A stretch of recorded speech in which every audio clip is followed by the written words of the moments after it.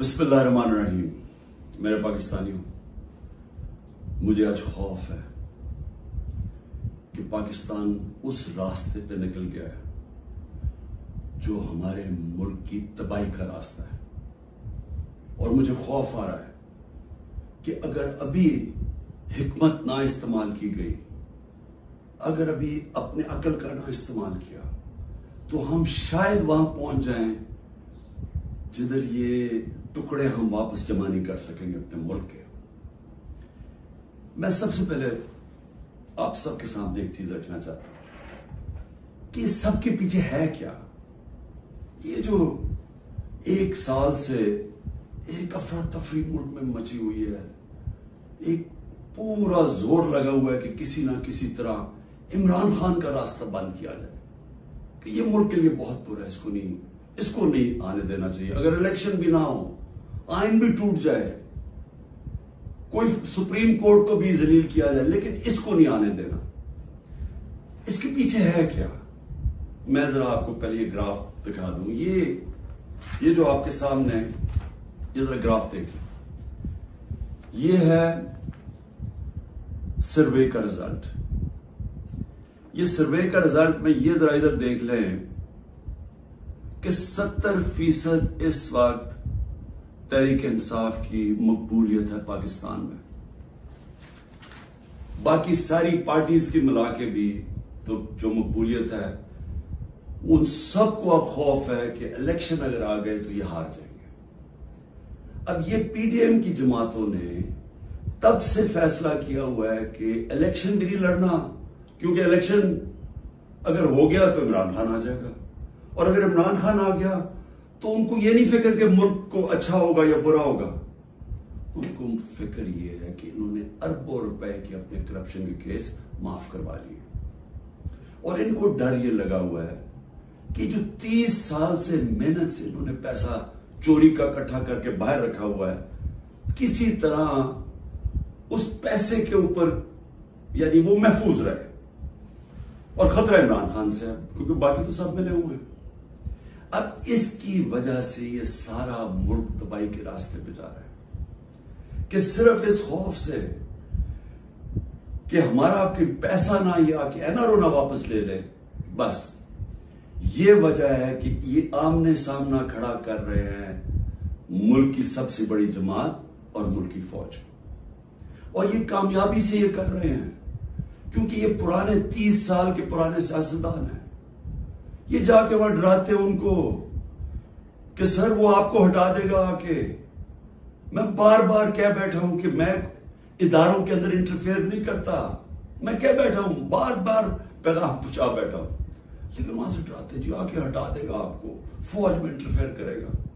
अगर इंटरफेयर करना होता, जब मुझे पता था कि पिछला आर्मी चीफ मेरे खिलाफ साजिश कर रहा था, आखिरी महीनों में मुझे आईबी की सारी रिपोर्ट थी, तब मैं उसे हटा देता, क्योंकि मैं नहीं चाहता था कि एक इदारा जो कि बचा हुआ है, बाकी इदारों को तो इंटरफेयर करके हमने तबाह कर दिया है, मैं ये नहीं चाहता था वो तबाह। और मैं आज जरा पहले तो ये पीडीएम के ऊपर बाद में आता हूं, मैं जरा फौज के ऊपर बात कर लूं। देखिए, मैंने सारी दुनिया में अपनी फौज का क्यों दिफा किया? क्योंकि मेरा तो इंटरनेशनल था, मेरी तो आवाज बाहर जाती थी। जब भी कुछ होता था, खास तौर पे वॉर ऑन टेरर में, तो जब पाकिस्तानी फौज को दोगला कहा जाता था, बुरा भला कहा जाता था, तो मैं एस नोन फेस था, तो मुझे ये CNN, BBC कितने मेरे इंटरव्यूज किए। आप मेरे सारे बाहर इंटरव्यूज सुने। जिस तरह मैंने अपनी फौज को का दिफा किया, उसको डिफेंड किया, मुझे एक और पाकिस्तानी बताएं जिसने इंटरनेशनल मीडिया पे किया। यहां तो खैर हम कहें, यहां तो कोई मसला नहीं है, बाहर जिधर पूरी एक बाहर की लॉबीज बैठी हुई है जो चाहते हैं कि पाकिस्तान की फौज कमजोर हो, उन्होंने पूरी कैंपेन चलाई हुई थी। तो मुझे ये फख्र इसलिए है कि मैंने इसलिए नहीं किया कि मुझे कोई फौज ने कोई चीज दे देनी थी, मैंने इसलिए किया कि मैं एक आजाद आदमी हूं। मैं गुलामी कभी किसी की कबूल नहीं की। मुझे जितनी मुझे दावतें थी कि बाहर रह लो, जितने मेरे कनेक्शंस थे, जो जितना मुझे इज्जत मिलती थी, बरतानिया की मैं बात कर रहा हूं, मैंने तो कभी नहीं सोचा कि मैं अपने मुल्क के अलावा कहीं रह सकता हूं। मैं हमेशा इस चीज का, जैसे जब बड़ा हो रहा था, चाहता था कि कभी हम वो गुलामी ना करें जो मेरे माँ बाप की, हमारे बड़ों ने की थी, अंग्रेज की गुलामी। ये मेरे बचपन में मेरे से था। मैंने कभी किसी की गुलामी नहीं की। ला इलाहा इल्लल्लाह, किसी इंसान के सामने मैं नहीं आज तक झुका। तो मैं समझता था कि किसी और बाहर के मुल्क में रहना, मैं जो मर्जी कर लूं, मैं सेकंड क्लास सिटीजन हूं, वो मेरा मुल्क तो नहीं है। मेरा हमेशा यही था कि मैं पाकिस्तान, पॉलिटिक्स में भी आया जिस आदमी को जरूरत ही नहीं थी पॉलिटिक्स, अल्लाह ने सब कुछ दे चुका था। कौन मुझे एक आदमी बताएं जिसको सब कुछ हो? वो अपनी जिंदगी के 22 साल लगाता है किसी चीज पे, कुर्बानियां देता है यानी अपनी फैमिली की। कौन आदमी करता है? क्योंकि मेरा और कोई घर नहीं था, मैंने कभी नहीं सोचा पाकिस्तान के अलावा कहीं रहना। तो इसलिए मैं हमेशा ये ज़हन में डाल के बैठा था कि अगर हमारी फौज मजबूत ना हो, और मेरी स्टेटमेंट सुन ले, मैं प्राइम मिनिस्टर था, मैंने कहा कि अगर फौज कमजोर हुई तो हमारा वही हाल होगा जो मुसलमान मुल्कों का है। उठा के देखे ना, ऊपर से लेके नीचे तक, लिबिया, सीरिया, सोमालिया, फिर अफगानिस्तान से जो हुआ, इराक से जो, सारे मुल्क तबाह हुए जो अपनी दफा नहीं कर सकते थे। हमें फख्र था कि हमारी सबसे मजबूत फौज है। तो जब भी, पहले मैं वाजे कर दूं कि मैं कभी अपनी फौज की तनकीद करता हूं तो जिस तरह मैं अपने बच्चों की तनकीद करता हूं, इस्लाहत करने के लिए। क्योंकि अगर फौज को मैं कमजोर करूंगा तो मैं अपने आप को कमजोर करूंगा। और ये जो पीडीएम कोशिश कर रही है, और कामयाबी से, कि किसी तरह आमने सामना हो जाए पाकिस्तानी फौज का और तहरीक इंसाफ का, तो कौन अपनी फौज से लड़ना चाहता है? मुझे ये अभी समझ नहीं आ रही। क्यों इसमें जीतेगा कौन? इसमें इन पीडीएम को तो कोई फर्क नहीं पड़ेगा। ये जब मेमो गेट में अमरीका को कह रहा था जरदारी के, जनाब मुझे अपनी फौज से बचा लो, उसके पैसे बाहर पड़े हुए हैं। जब नवाज शरीफ इंडियन लॉबी को और इजराइल लॉबी को अपने साथ बुलाना चाहता था, अपनी फौज को कह रहा था कि दहशतगर्दी में मुलव्वस है, उसके पैसे अरबों डॉलर बाहर पड़ा हुआ है। वो जब होता है मौके बाहर भाग जाते। तो मेरा तो कोई बाहर नहीं जाना। तो मैं इसलिए आज ये कहना चाहता हूं कि ये लोग कामयाबी से वो काम कर रहे हैं जो मेरी आंखों के सामने ईस्ट पाकिस्तान में हुआ था। मैंने वो देखा हुआ ईस्ट पाकिस्तान में क्या हुआ था। सबसे बड़ी पार्टी थी, मुझे बहरहाल इलेक्शन जीत गया, फौज ने इलेक्शन करवाया, और साफ और शफाफ तरीन पाकिस्तान की तारीख का इलेक्शन था। किसने तस्लीम नहीं किया? इसमें कोई शक नहीं कि फौजी लीडरशिप की कसूर था। लेकिन वो आदमी जो चाहता था कि मैं प्राइम मिनिस्टर बन जाऊं, उसका बहुत बड़ा हाथ था। वो कहता है मैं मानता हूं मुजीबुर रहमान को, पाकिस्तान ना टूटता। उसने पूरी प्लानिंग की अपनी जात के लिए। उसने पाकिस्तानी फौज को लड़ा दिया सबसे बड़ी पार्टी से, मुल्क टूट गया। आज वही हो रहा है। ये पीडीएम लड़ा रही है जान के। ये जो केसेस बन रहे हैं कि जी मिलिट्री कोर्ट में केस कर दो, आर्मी एक्ट से केस कर दो, कभी आज तक ऐसा हुआ है कि ना आपने कोई तहकीकात की, ना कोई इंडिपेंडेंट इंक्वायरी हुई, ना पता चला कि ये इसके पीछे कौन था, और एकदम जज, जूरी और एग्जीक्यूशन फैसला हो गया कि जी तहरीक इंसाफ दहशतगर्द जमात है, और पकड़ धकड़ शुरू हो गई। 7,500 कारकुनों को पकड़ लिया है, उसमें औरतों को पकड़ लिया है। कभी इस मुल्क में हुआ ही नहीं है। यानी जिस तरह औरतों से बदतमीजी हुई है, ये कब हुआ है यहां इस मुल्क में? और फिर यानी घरों में जाना, रात को सारा घर तोड़ देना, औरतों से धक्के दे रहे हैं औरतों को। शेरिया रफीदी की बीवी को भी साथ पकड़ के ले गए। फिर एक जगह से छुट्टी है शीरीन मजारी, दूसरी जगह पकड़ लेते हैं। यानी ये क्या हो रहा है? ये तो अपने मुल्क में नफरतें फैलाई जा रही हैं। ये तो जान के ऐसे मुझे लग रहा है कि मैं एक ख्वाब देख रहा हूं, घिनौना ख्वाब, जिसके अंदर एक मुल्क की तबाही देख रहा हूं सामने। ये कौन सा मुल्क इजाजत देता है अपनी इस तरह की तबाही करने के लिए, सिर्फ इन चोरों की खातिर? मैं आज राय पूछना चाहता हूं, मुझे ये बताएं, तहरीक इंसाफ 27 साल से, मुझे एक जगह बताएं कि इमरान खान ने कहा हो कि किसी किस्म का आप कानून तोड़ें, कानून के बाहर चलें, आइन के बाहर चलें। मुझे एक दफा एक स्टेटमेंट मेरी बताएं 27 साल में, मुझे एक मेरे लीडर की स्टेटमेंट बताएं जो मेरे नीचे है, जो मेरी पार्टी के लिए वो कहे कि जनाब तोड़ दो, घराव करो, जला दो। एक जगह बताएं। मुझे ये बताएं कि जब 25 मई को, अच्छा उससे पहले चले, 9 अप्रैल को मुझे निकाला पिछले साल, 10 अप्रैल को लाखों लोग सड़कों के ऊपर निकले। किसी ने कोई कुछ किया? किसने कोई जलाया, गिराया, कुछ किया? सबको पता था किसने निकाला है, कुछ हुआ? उसके बाद 25 मई को हम एक पुरअमन मार्च कर रहे हैं, जो 3 लॉन्ग मार्चेस उन्होंने मेरे खिलाफ की थी। हमने इनके खिलाफ एक FIR रजिस्टर की। घरों में घुस के इन्होंने लोगों को पकड़ा। वो पहली दफा शुरू हुआ जो इन्होंने 3-3 बजे लोगों के घरों में पकड़ के लोगों को मारा, दाड़ा, और पुलिस से पूछे, वो कह जी नामालूम अफराद से पीछे से हुक्म है। जब पुलिस से कहे, वो जी पीछे से हमें हुक्म है। हमें तशद्दुद किया गया। जब 26 की सुबह को मैं पहुंचा तो मैंने जब देखा क्या हालात है, मैंने कैंसिल कर दिया धरना, क्योंकि मुझे पता था कि इंतशार होगा। 26 नवंबर 4 लाख लोग पिंडी में जमा हुए। मैं कह सकता था कि हाँ, हम अब इस्लामाबाद की तरफ जाएंगे। मुझे तब पता था कि इंतशार होगा। लोग मायूस हुए, मुझे बुरा भला कहा, मैंने कैंसिल कर दिया। 8 मार्च इलेक्शन रैली निकाल रहे हैं, इलेक्शन अनाउंस हो गया है, परमिशन मिल गई है पुलिस से, रैली आ रही है, एकदम सारी जगह police, water cannons, tear gassing. मैं घर में इंतजार करूं रैलीज की, तो एकदम पता चला, अच्छा टीवी पे ब्लैकआउट कर दिया। एक तो हमें मीडिया से बाहर निकाल दिया। सबसे बड़ी पार्टी को मीडिया के अंदर ब्लैकआउट किया हुआ है, तो मुझे पता ही नहीं कि मैं टीवी देख रहा हूं, मुझे पता ही नहीं। मुझे पता चलता है कि वो टीयर, उसी वक्त मैं कैंसिल करता हूं अपनी रैली। मैं कहता हूं आज नहीं करेंगे, अगले दिन अप्लाई करते हैं, क्योंकि इलेक्शन हो गया, इजाजत नहीं मिलती, रैली नहीं करता। उससे अगले दिन जब इजाजत मिलती है रैली करता।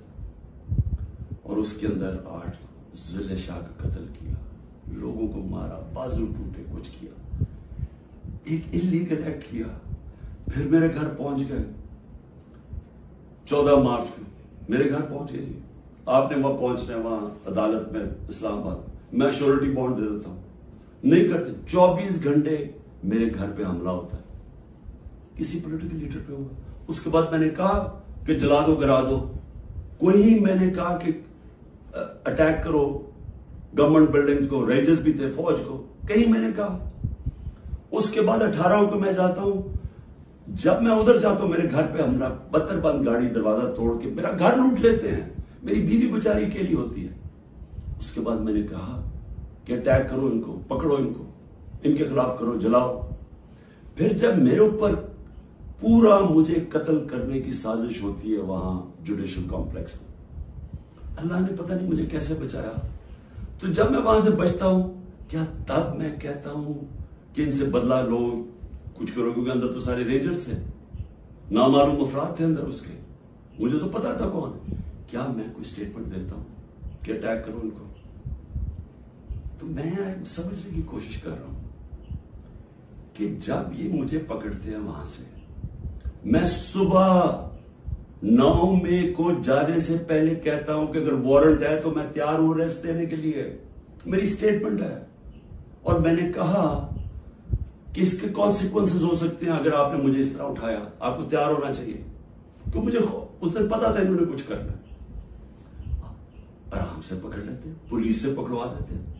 सारी दुनिया के अंदर इमेज गया है कि पहले शीशे तोड़ के सर पे मेरे डंडा मारा, लोगों को जख्मी किया, और मुझे ऐसे पकड़ के लेके जा रहे हैं जैसे कोई दहशतगर्द है कि पाकिस्तान का सबसे बड़ी डेमोक्रेटिक पार्टी का सरबराह नहीं। 12 इलेक्शन असेंबली में मैं नेशनल असेंबली के जीता हूं, जो वर्ल्ड रिकॉर्ड है, और ऐसे लेके जा रहे हैं जैसे मैंने कोई जुर्म, मैं कोई दहशतगर्द हूं। अब उसके जो इमेजेस थे उसका रद्द-ए-अमल आना था। और यहां मैं कहना चाहता हूं कि ये पूरी साजिश हुई है, इन्होंने बड़ी प्लानिंग के तहत किया। हमारे पास अब सारी एविडेंस आ गई है, हम अदालत में जाने लगे कि जुडिशल कमीशन बनाई जाए, तहकीकात की जाए कि एक पार्टी ने इतनी अपनी तवील स्ट्रगल में, जब उसने कभी वायलेंस की तरफ गई ही नहीं है, तो वो एकदम ये कैसे जाके जलाना शुरू होगा। और इसको तो, इसके ऊपर तो सबसे पहले आईजी पंजाब को बुलाएं, ये जो जिन्ना हाउस में हुआ है। ये हम वहां, वो लोग बता रहे हैं, मैं जब उधर था पुलिस लाइंस के अंदर उन्होंने मुझे रखा हुआ था, तो वहां जब मुजाहिरीन आए तो वो भी इतनी दूर थे तो पुलिस ने उनके ऊपर अटैक कर दिया, शेलिंग कर दी।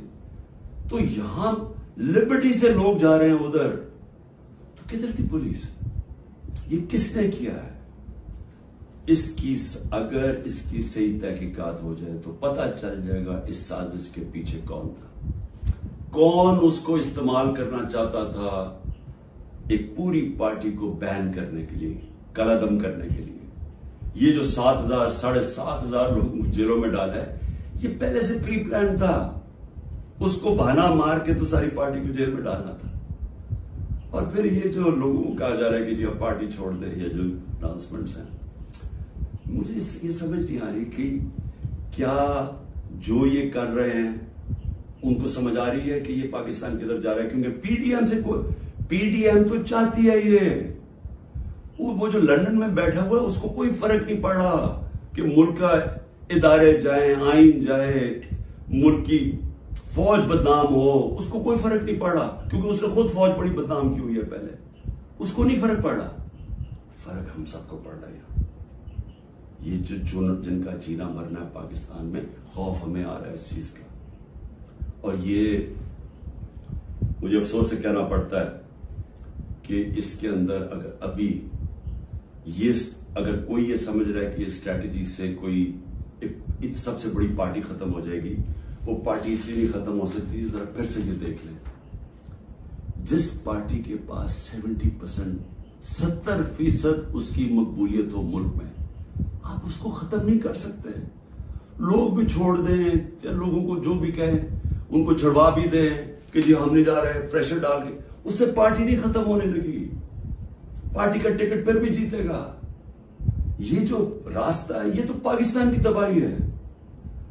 और सिर्फ ये जो बाकी पीडीएम जो रेलू कटे हैं, जिनका ना वोट बैंक है ना कुछ है, जो मजे ले रहे हैं इक़्तिदार के, ये सिर्फ ये की कोशिश ये है कि फौज को पाकिस्तान की सबसे बड़ी पार्टी से लड़ाया जाए। ये है साजिश। सो मेरी आपसे रिक्वेस्ट है, मेरे अपने पाकिस्तानियों से, कि देखिए ये वक्त है कि हम सब जागे कि क्या हो रहा है। ये जो खौफ और हरासा फैलाया जा रहा है, इसका सिर्फ एक ही मकसद है कि लोग चुप करके बैठ जाएं। ये जो औरतों से कर रहे हैं, यानी मैं फिर से ये कहना चाहता हूं कि मुझे तो अभी समझ नहीं आ रही कि ये हम कौन सी दुनिया में हैं। हमारे मुल्क, हमारी जो दीन है, हमारी तो रवायतें, चादर और चार दीवारी, मैंने तो कभी ऐसा नहीं देखा। मुझे सिर्फ एक ही चीज समझ आ रही है कि ये कोई खौफ पैदा करना चाह रहे हैं। और मुझे डर ये है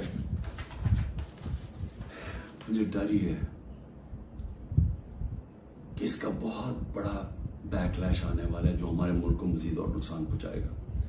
अभी तक कोई जो बात नहीं कर रहा, सरकारी बिल्डिंग्स की बात कर रहा, और मैं जब कहा हमने इंशाल्लाह हाई कोर्ट में जा रहे हैं कि जुडिशल कमीशन फौरी बनाई जाए, क्योंकि हमारे पास अब सबूत आ गए हैं। हर जगह हमें लोग नजर आए जो हमारी पार्टी के नहीं थे, जिनके पास बंदूकें भी थी, पिस्टल भी थे, जो आगे कह रहे थे कि अटैक करो कोर कमांडर हाउस। मियां वाली के लोग इतने खुश थे, वो जो हमारा जहाज चौक जैसे कहते थे, वो किससे जलाया? वो तो सारे एक मेरा कारकुन कह रहा है कि जब उनको पता चला उन्होंने रोकने की कोशिश की। कोई नामालूम अफराद थे, इसमें तहकीकात होनी चाहिए। जिस तरह जिना हाउस, रेडियो पाकिस्तान कैसे जल गया? आप देखें मुजाहरा कहीं और हो रहा है, रेडियो पाकिस्तान उधर जल जाता है, उधर तो बंदा ही नहीं कोई होता। और आजकल तो फेस रिकग्निशन हो सकती है नादरा के जरिए, पता चल सकता है कौन है। तो इसके लिए इंडिपेंडेंट तहकीकात चाहिए। मैं जरा सिर्फ अभी गिरा दूं, अब तक 25 लोग शहीद हो चुके हैं। दुनिया में 25 लोग शहीद हो जाए, कोई सोच रहा है कि किस तरह पुरअमन एहतजाज करने वालों को गोलियां मारी गई, सीधी सीधी गोलियां मारी गई। 25 अब तक शहीद हो चुके हैं और सबसे ज्यादा खतरनाक 700 लोग इस वक्त गोलियों की वूंड से, गोलियां लगी हुई जिनको अस्पतालों में 700। अब तक 7,500 हमारे कारकुनों को जेलों में डाला हुआ है, 7,500, जिसमें मैंने कहा ख्वातीन की भी एक तादाद है। और हमें सबसे ज्यादा खौफ है कि उनसे बड़ा बुरा बर्ताव किया जा रहा है। और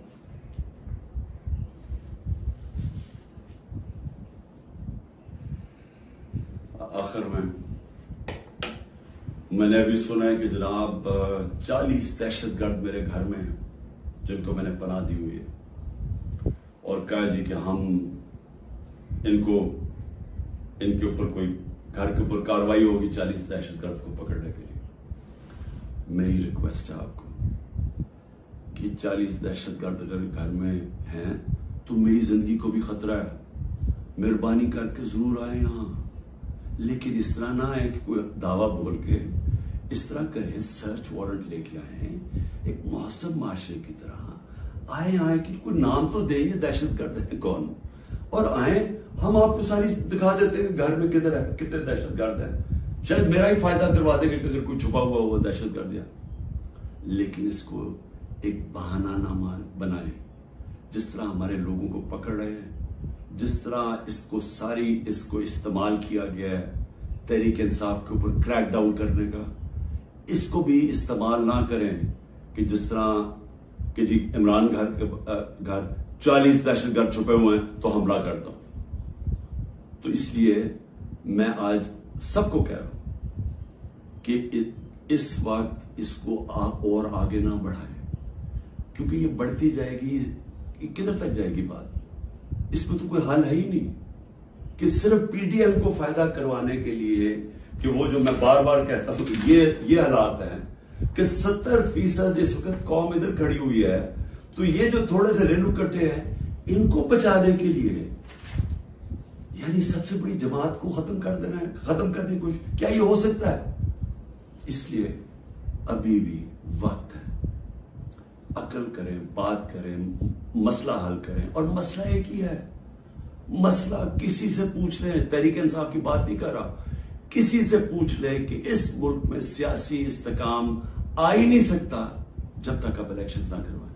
मैं 1 साल से यही कह रहा हूं, मैं आज भी यही कह रहा हूं कि इसका सिर्फ हल इलेक्शन है। और मैं तब से इंतजार कर रहा हूं कि कोई बातचीत करे इस पे। जिन लोगों से हम बात करते हैं वो इलेक्शन का नाम ही नहीं सुनना चाहते, वो अजीब अजीब बातें करते हैं कि जी अक्टूबर और उससे आगे चला जाए। तो वो तो ये तो होना ही नहीं। अगर ये आज 70 है तो ये और बढ़ जाएगा आगे, लीड और इनकी बढ़ जाएगी। तो उन्होंने तो इलेक्शन नहीं करवाना। तो जो करवा सकते हैं, मेरी आज आपसे अपील है, इस मुल्क को बचाएं और इलेक्शंस करवाएं। शुक्रिया। कितना